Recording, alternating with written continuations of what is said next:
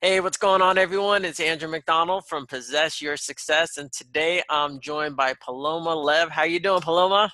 Hello, Andrew. Happy to be here. Great, great. I'm so excited to talk about today's topic. We're going to be talking about doing vulnerable work, and that to me, I'm not sure exactly what that means. So I'd love to understand exactly what you mean and your personal story about how you use vulnerable work to actually increase your productivity. Definitely. Okay, so whenever I say this to people, they're like, what the hell does that mean? Except if you're a woman and you know exactly what that means. So I Guilty. have this quote. I say, don't do busy work to avoid vulnerable work. Okay.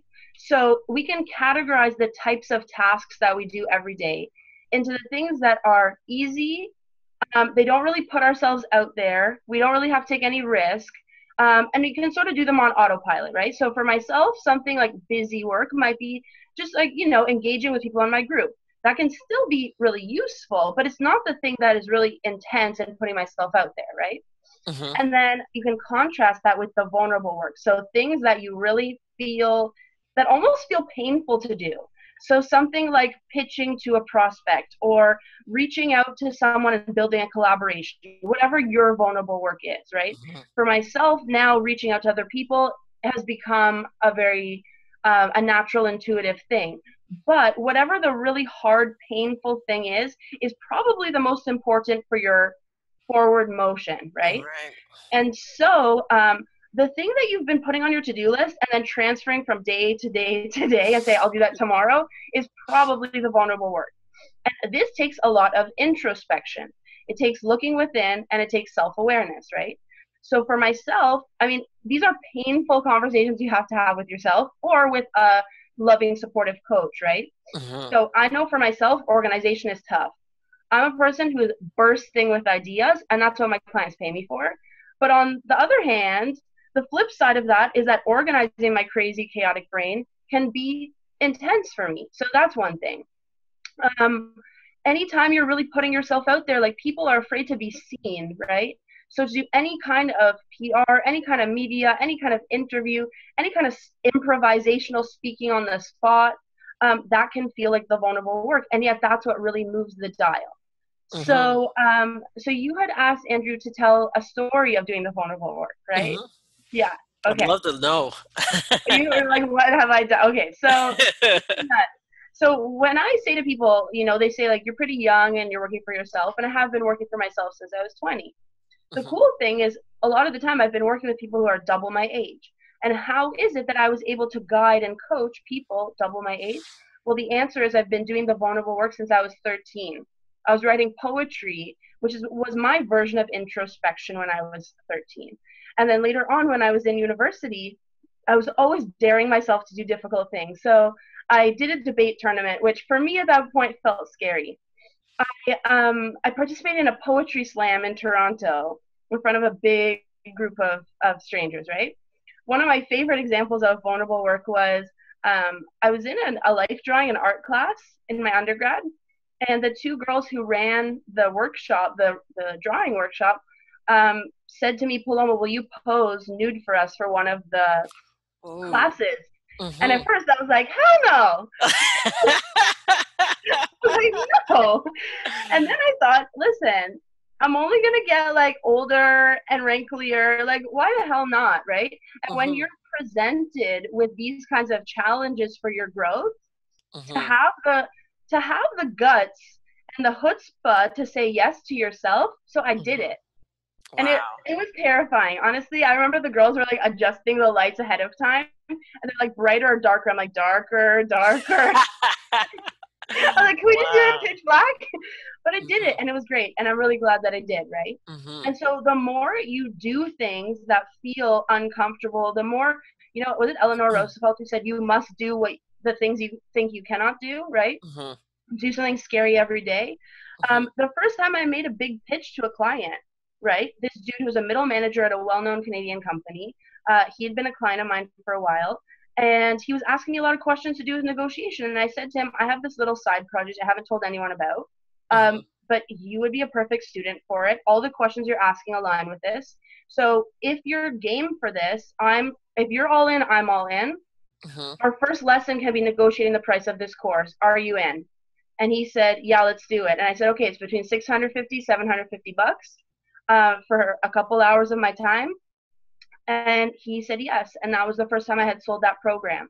Wow. Now, what you might not know is that my hands are shaking under the table, right?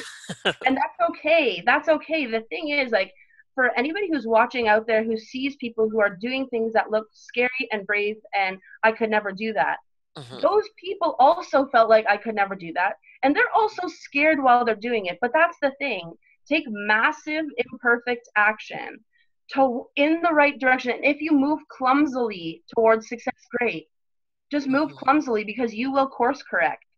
But the Right. problem is, like, if you are in this analysis paralysis where you're expecting perfection from yourself, like, Mhm. a lot of my clients are perfectionistic people. And so they're saying no to themselves before, like, you want to reject yourself before somebody else can reject you. And that's the resistance to doing the vulnerable work. Well, I say improve in front of other people. And I always use the example of Drake. I fucking love Drake. I'm from Toronto. I have to represent. Like, look Right. at his early stuff, okay? Go on YouTube. That's your homework. Go on YouTube and watch Drake's really, really early stuff. Guys, he Mhm. sucked, okay? But now he's Drake, and he could literally, like, he's like king of the world, or at least king of Toronto, okay? So it's like to say yes to yourself and to, like, push yourself a little bit, right? Like, Mhm. everybody is so concerned with, like, being comfortable. Like, entrepreneurship is uncomfortable. The whole thing is uncomfortable, okay? Mhm. You don't have a regular paycheck, you don't have any security, whatever, but you do have security in yourself. And the way that you build security and the way you build safety in yourself, the way you build equity in yourself, is by taking enough risks that you expand the area of the possible, right? Right. So yeah, it was terrifying to pose naked for that art class. Another vulnerable work type thing that I've done was I was a teaching assistant in the area of English, and I Mhm. had a professor who said to me, Paloma, I'm going to be away for a couple of days. Will you take over and teach the class to a group? This is a second or third year university class, and I'm Mhm. in my master's now. And she's like, I'll let you think about it. And right away, your impulse is to say no because you Mhm. want to make yourself safe, right? Yeah. So I go home and I talk to my mom, who's a ridiculously amazing marketing coach and has never let me be mediocre, even when I wanted to be. and and she's like, "Duh, Paloma, of course you're gonna do it." So I Mhm. send the teacher an email and say, "Duh, of course I'm gonna do it." Right? Yes, nice. And I did, and it was great. Um, and everyone outside, right? So that was like a oh shit moment. But I just used it as an opportunity to meet all the students, right? And they were like, "You're doing great. I love this, whatever," right? Mhm. So, like, you take one step towards the universe and it takes like 100 steps towards you. um, and what separates the people who get what they want and the ones that they don't is that we feel the discomfort and we lean into it, right? Mhm. Like, feel the fear and do it anyways. And so if we're talking really nitty gritty about productivity, think about right in the morning your impulse, and mine too. When I say you, I mean myself too, because all of us entrepreneurs know, as a coach, I would never assign you anything more difficult than I've assigned myself. um, and in the morning, my first impulse is to check Facebook. And Mhm. that is the busy work. That is the easy stuff, right? And so I actually yesterday, right? I practice what I preach, guys. Yesterday, I wrote out a list of 5 action items of vulnerable work that I need to do. Automated webinar, working on, like, learning more about ClickFunnels, blah, blah. Things that for me don't feel intuitive, Mhm. but they're the things that can move the dial. And Right. so I said to myself, Paloma, you have this menu of 5 items that you can choose as your first thing you do of the day. And they say swallow the ugly toad first, do the hard thing. And then Mhm. after that, like, okay, your reward, your dessert is go freaking play on Facebook, right? Right. Yeah. I'm loving everything you just threw out. I'm gonna try Oh, to summarize it, but it was a lot. So let me know if I missed anything. So Paloma, you need to do, or we need to do vulnerable work, which means going deep and understanding the things that feel most uncomfortable that you need to do. Get them out of the way. Like you said, eat that frog, right? Get yeah. that stuff done first, and that will really help move the dial and put you in a place where you feel more confident to do other things that you may thought that you may not have been able to do previously.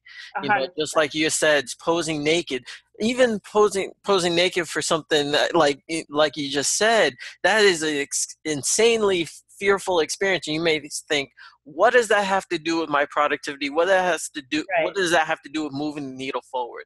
But now that you've gotten that confidence, now that you've gotten over that fear of being exposed, now you can really move on to the things that really matter and get your business, get your projects, whatever it is, moving forward, and not being hindered by the fact that you're afraid or A hundred uncomfortable, percent. right? Yeah, That definitely. that is so Something huge. else that I did was Hmm. I made myself talk to the person on the right and the left of me in every university class, and I Wow. sat in different spots. So Wow. my goal was to meet as many people as I could because Hmm. people resources are the most rich resources, right? Hmm. Like we are walking 25-year, 30-year, 40-year encyclopedias, right? So Hmm. people are incredible resources. And, people were like, Paloma, how do you know so many people? Because I proactively sought out so many people, right? Right, And right. the cool thing is you can filter from there, right? So first you Hmm. make it a quantity thing, and then you filter for quality, who is in alignment with the way that I see things or in the way that I want to grow, right? And then I did this with professors also. I introduced myself to every single professor I had, with the exception of one dude. Hmm. Um, and that was amazing because I remember I raised my hand in a class of like 400 people, and Professor Lopez says, "Yes, Paloma." And my friend says, "How the hell does he know your name?" Right? I went and I saw James Altucher perform comedy the other a while ago, like a week, two, Hmm. 3 ago. And I went backstage to say like, "Hello, I'm a big fan of yours." And he says, "Hey, Paloma, how's it going?" Like he knew me, right? Wow, that's amazing. I'm like within his online community, but it was really cool Wow. that he knew my name. Right, right, So it's right. like put yourself out there, right? Like it's terrifying, but Yeah. but what you get back in response is remarkable, and the internal conviction, like it used to be early on that and I'm sure a lot of people out there like was so worried about losing one client, right, or Hmm. losing a project, right? When you turn yourself into $1 million person, the resources are within you, right? So they say statistically, if you take a self-made millionaire and you drop them in a new country, a foreign country that they don't speak the same language, statistically within 5 years they'll make the million back because it's Wow. those internal resources that you have, right? Hmm. And so to get to the point that you don't fear loss, right? Hmm. Like I'm teaching the art of confident communication and negotiation, and one of the major things is minimizing neediness. Because Hmm. if you lean in too much, it's not attractive. Nobody wants something that wants them so badly, right? Hmm. In fact, you want what does not want you. That's just human nature. Right, right. And so It's not all the way out here, right? It's not about right, what's out here. It's all about what's in here. And if you can solve exactly. what's going on in here, you'll be able to control better what's going on out here, right? 100%. It's Hmm. like, can you influence yourself first? Hmm. Yeah, Because all of us want influence on other people, but it's like, can you master yourself? right. That's the real place to start, and that's the vulnerable work. Awesome. Thank you so much, Paloma. My Those were amazing value bombs. I think we've got a ton of information out of this and a ton of stuff we can do right now, you know? So thank you so much for that. Oh, Now, my pleasure. now what else do you have going on? Tell us a little bit about something you want to share with us. Sure. So I have a crazy group of entrepreneurs Yes, we called the are. Negotiation Project. Hmm. If you are normal and boring, you probably don't belong in our group. We use GIFs a lot. Hmm. We use swear words. So if you are easily offended by the occasional shit, then maybe join a different group. Hmm. But I have brought together, I call this my family because a lot of people just call it a group. No, this is my family. And that's why we're sort of selective about who we invite to join us. Hmm. But we are a group of people, entrepreneurs from around the world who are sharing negotiation, persuasion, confident communication, and pitch secrets that Hmm. you can apply today in your business. Hmm. And we're just fun. We're just more fun than other groups. So if you want to join, go to Facebook in the search bar, type in the Negotiation Project. Hmm. Um, and we would love to welcome you in if you meet the crazy cut. Listen, guys, I'm a part of this group. It is a blast to be a part of it.